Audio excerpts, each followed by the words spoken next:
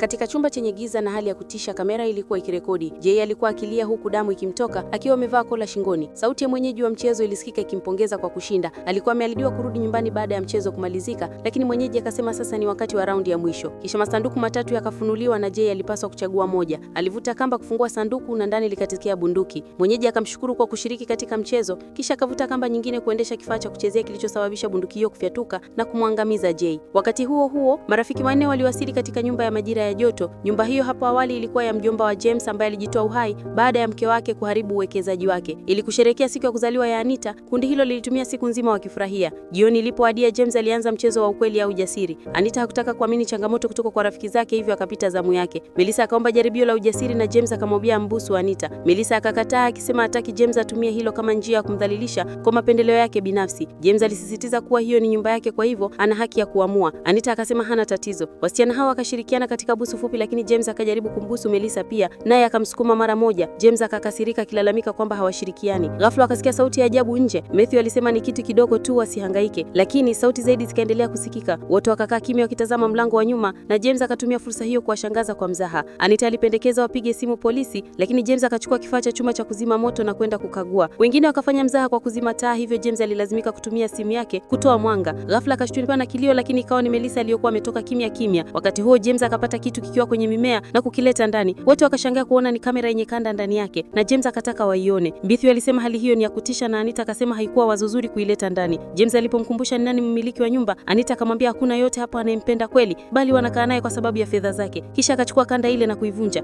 James akakasirika sana, akipiga kelele akiwafukuza, na akasema maneno mabaya kuhusu mama mgonjwa wa Anita. Kwa muda huo marafiki waliamua kwenda vyumbani mwao. Wakati huo mtu asiyejulikana aliingia ndani ya nyumba kimya kimya. James akiwa bafuni akichukua shawa, akaona mlango wa bafu ukifunguka ghafla. Akachukua wembe wake tayari kujilinda, lakini kilichomtisha ikawa ni Melissa tena. Melissa akasema huenda analisia kwake, naye James akaamua kumwonyesha kilichokuwa kimefichwa chini ya taulo. Melissa akaishia kucheka tu akisema ilikuwa mzaha mwingine. Matthew akaanza kuokota takataka seleuni bila kujua kivuli cha mtu kilichokuwa katika chumba jirani. Akaona taa nyekundu ya kamera ikiwa imewashwa, na alipogeuka kivuli hicho kikawa kimepotea. Baada ya kutupa taka nje, Matthew akapanda gorofani na kushangia kumkuta Anita akiwa amepoteza fahamu. Alipokwenda kumkagua Melissa, naye alikuwa katika hali ile ile. Akamuita James, lakini ghafla mtu asiyejulikana akamvamia kutoka nyuma. Matthew akajaribu kukimbia chini kumtafuta James, lakini hakumuona. Alipotoka nje akazimia. Baada ya muda kupita, marafiki hao wanne walizinduka wakiwa wamefungiwa kwa minyororo ya ukutani, kamera ikiwa inarekodi. Walimuona mtekaji wao akipanga vitu chumbani huko akipiga filamu, kisha akaondoka. James akaanza kuvuta minyororo, lakini haikulegea. Mtekaji wao alikuwa akiwatazama kupitia kamera za usalama akiwa chumba kingine cha kuvalia nguo. Baadaye akarudi, na ndipo kundi likamuona kwa mara ya kwanza. Alikuwa mtu wa barakoa ambaye alijitambulisha kwa Mabari, mwenyeji wa mchezo. Alibonyeza kitufe kilichovuta minyororo yao, kisha akaanza kuhesabu kurudi kwa nyuma,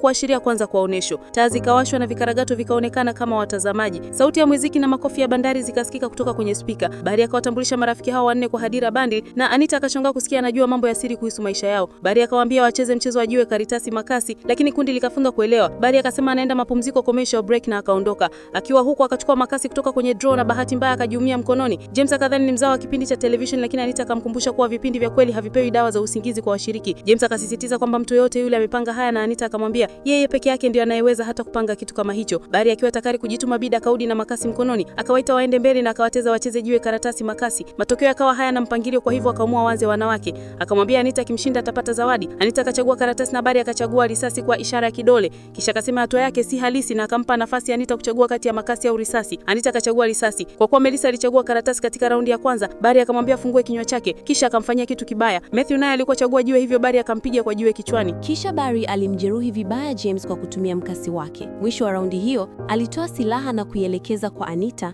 lakini hakutokea risasi, bali mwanga wa moto ulionekana. Badala yake alivuta minyororo kwa nguvu na kumgonga Anita ukutani na akazimia. Baada ya saa kadhaa, Anita alipoamka, mabishano yakaanza upya, James akianza kutoa lawama. Ghafla Bari akarudi chumbani na kuonyesha gurudumu kubwa lililoitwa gurudumu la maumivu. Wote walianza kuomba msamaha, na Bari akasema atawapa nafasi nyingine katika raundi ya ziada. Alisema kila mmoja akiri kosa baya zaidi alilowahi kufanya, ndipo ataamua nani anaishi au anakufa. Akaanza na James. James alipokataa kujibu, Bari akamtishia kwa fimbo. Hatimaye James akaeleza kuwa aliwahi kupata ajali ya gari na baba yake ndiye aliyebeba lawama badala yake. Mtu aliyehusika katika ajali hiyo alifariki kwa sababu James hakuwahi kupiga simu kuomba msaada. Bari akaendelea kumshinikiza hadi James akakiri kuwa jina la mwathiriwa lilikuwa Ashley. Kisha Bari akamgeukia Anita na kumlazimisha azungumze. Anita akakiri kuwa ili kupata pesa za kufanikisha upasuaji wa mama yake, aliwahi kufungua tovuti ya watu wazima, jambo analolijutia sana sasa. Baada yake Matthew akasema yeye huwadanganya watu mtandaoni na amekuwa akiona kila kitu ambacho marafiki zake wamewahi kufanya kwenye mtandao. Alisema aliwahi kuwadanganya wanandoa wazee kumpa utambulisho wao, lakini hata pesa hakuzipata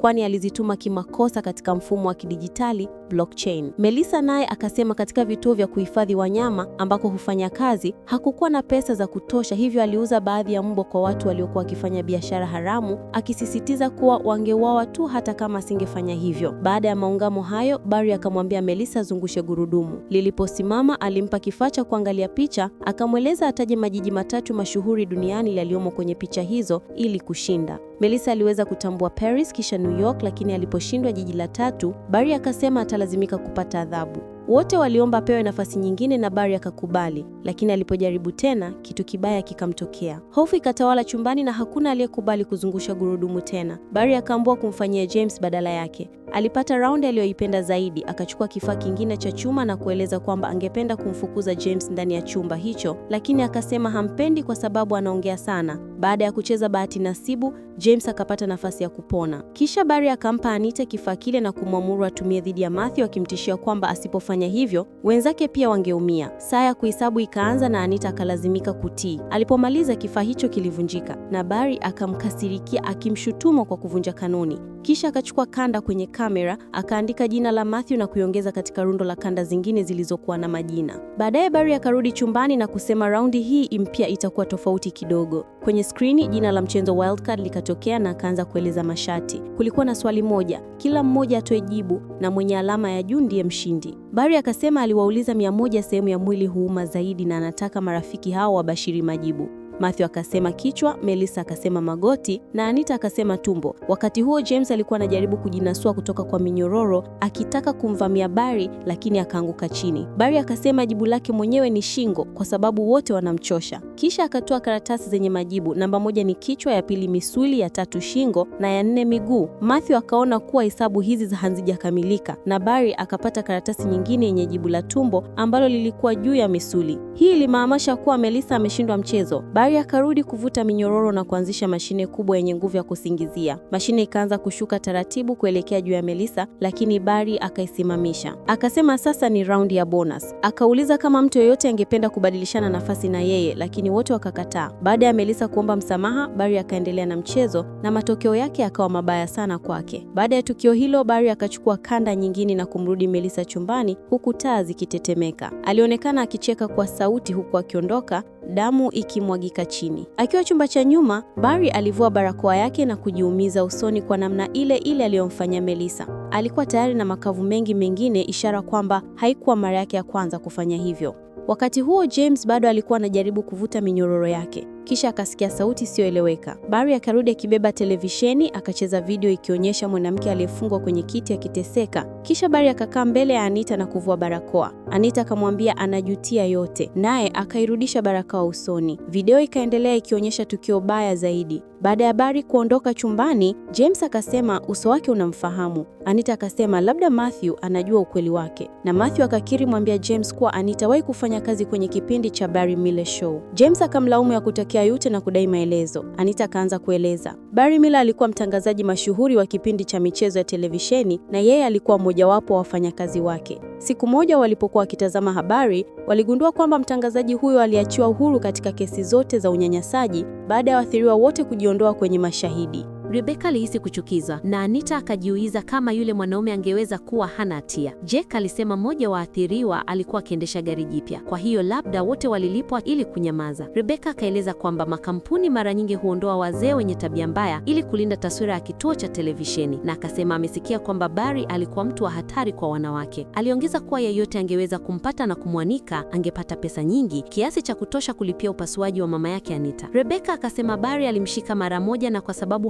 kufuata matakwa yake hakuwahi kupandishwa cheo. Jake alidhani Rebecca alikuwa akidanganya. Mazungumzo yao yakakatizwa Barry alipowafikia mezani akiwa amebeba keki kwa ajili ya Anita na kuwafanya wote waimbe wimbo wa happy birthday. Barry alipomgusa Anita mabegani, Rebecca akashikwa na hasira na kumwambia aache kuwagusa wanawake, jambo lililosababisha hali ya aibu mezani. Baadaye kidogo, Rebecca na Jake wakamshawishi Anita kuwasilisha malalamiko rasmi kwa idara ya rasilimali watu. Walikubali mara moja kumpa malipo mazuri ikiwa atasaini makubaliano ya kutotoa siri na kuondoka kwenye kampuni. Katika wakati wa sasa, Barry akarudi chumbani na James akasema hatakiwi kuadhibiwa isipokuwa Anita. Kwa kweli, James akajitolea kumsaidia Barry kwa pesa za familia yake na uhusiano wa baba yake. Barry akaigiza kufurahia wazo hilo, akisema atarudisha familia na kipindi chake, kisha akasema atamtumia baba yake kichwa cha James. Kisha Barry akaleta kichwa cha wakili wa kampuni na kumlazimisha Anita ale sehemu ya ulimi wake. Wakati huo James alikuwa bado akijaribu kuvuta minyororo yake na hatimaye akafanikiwa kuivuta kutoka ukutani. Ghafla, James akamshambulia Barry na kumwangusha chini, akijiandaa kumshambulia kwa minyororo, lakini Barry akabonyeza kitufe kilichowasha kifaa cha mshtuko kilichofichika kwenye minyororo, kikawapiga wote watatu kwa umeme hadi wakapoteza fahamu. Baada ya muda kidogo, wavulana hao wakaamka wakiwa wamefungwa kwenye meza na kugumbua kuwa walikuwa na makovu tumboni mwao. Barry akatangaza mchezo unaofuata unaitwa uamuzi wa kukata na akamtupia Anita kisu akiwa sakafuni kabla hajaenda haraka kwenye chumba chake cha mapumziko. Kupitia spika, Barry akawaambia kwamba kuna funguo mbili zilizofichika tumboni kwa Matthew na James. Ili kutoka kwenye chumba hicho, walihitaji funguo kufungua mlango na funguo moja ingetosha. Anita akasema hataweza kufanya hivyo, lakini Barry akatishia kuacha wafe kwa njaa. James akamwambia Anita kwamba atamlipa vizuri kama hatomchagua yeye. Mwanzoni ilionekana kama Anita atamchagua Matthew, lakini ghafla akageuka na kumchagua James badala yake. Akamkata tumboni na kuingiza mkono wake huku mwili wa James ukitetemeka. Hatimaye alipofanikiwa kupata funguo, James akafariki na Anita akakimbilia mlangoni, lakini haukufunguka. Barry akaanza kucheka na kumwambia kuwa mlango huo umefungwa kwa mfumo wa sumaku. Pia akatangaza kwamba atakayebaki hai ndio mshindi, kisha akamfungua Matthew kutoka mezani. Matthew aliposhika kisu, akaona hawawezi wote kuondoka kwani mshindi angekuwa mmoja tu. Akamwambia Anita kwamba anampenda, akambusa shavuni kwake na kumfanya aahidi kwamba atashinda, kisha akafanya uamuzi wa kujimaliza. Barry akampongeza Anita kwa kushinda, kisha akaachia gesi ya usingizi ndani ya chumba. Anita alipoamka, miili ya wenzake haikuwepo na mlango ulikuwa umefunguliwa. Akaingia kwenye chumba cha mapumziko na kukuta kanda zote kuhusu wahanga waliopita. Akachukua pia kadi maalum. Kwenye bafu, akaosha damu yote iliyokuwa mwilini mwake. Ndani ya chumba kidogo kulikuwa na picha ya Barry na mke wake na michoro ya kutisha ukutani. Alitembea kwenye corridor na kumkuta Barry katika chumba kingine akimwalika kucheza mchezo wa mwisho. Anita akiwa mwenye hofu akaingia na kukaa mbele ya masanduku matatu, akishtuka Barry alipolipua bomu dogo la konfeti. Anita akauliza kama huo ndio mchezo wa mwisho kabisa wa Barry, naye akajibu kwamba Barry amekufa kwa sababu yeye ndiye ulimuua. Anita akamwambia yuko tayari kuwatembea watu wote kwamba alidanganya, lakini Barry hakujibu, jambo lililomfanya ajiulize kama kweli alifanya maovu hayo. Barry akapoteza utulivu na anza kumshutumu Anita kwa matendo yake. Kisha akamwamuru achague sanduku, akitishia kwamba asipofanya hivyo atamdhuru mama yake. Hatimaye Anita akavuta kamba kuchagua sanduku na ndani yake akakuta keki. Barry akaanza kuimba wimbo wa happy birthday, lakini Anita akatoa kadi aliyoiiba na kumkata Barry usani. Kabla hajakimbia, akaweza kutoka nje kwa haraka na kudhani yote yamekwisha, lakini Barry akawasha kifaa cha umeme na kumwangusha chini. Barry akaeleza kwa kila kovu usoni mwake inawakilisha mauaji aliyowahi kufanya. Kwa hiyo sasa Anita naye amejitengenezea kovu lake mwenyewe. Akatumia minyororo kumvuta Anita kurudi ndani, akamshikilia kichwa na kukisuka kwenye keki akimwacha hapo kwa muda. Lakini kwa mshangao wake, hakukuwa na silaha yoyote iliyofichika. Barry akamwambia anaweza kuondoka na kwamba keki hiyo ina ladha mbaya. Ghafla uso wa Anita ukaanza kuwaka fano. Macho yake yakageuka mekundu. Akasema haoni, akilia kwa maumivu huku akijaribu kukimbia tena, lakini hakuweza kutembea. Akaanguka sakafuni koridoni, mwili wake ukitetemeka hadi alipokufa. Barry akakaa pembeni yake akiimba wimbo wa kipindi chake kwa sauti ya chini, kamera ikimrekodi. Kwenye kanda moja, Barry anaonekana akimtesa yule mtangazaji wa kipindi cha mazungumzo hadi akikiri kwamba kweli alinyanyasa wanawake hao, lakini kampuni iliwalipa kuficha siri. Baada ya kukiri, Barry akamaliza maisha yake. Mwisho wa video, sauti ikasikika ikisema, hakikisha umejisajili na kuwasha arifa ili uweze kutazama video zaidi kama hii.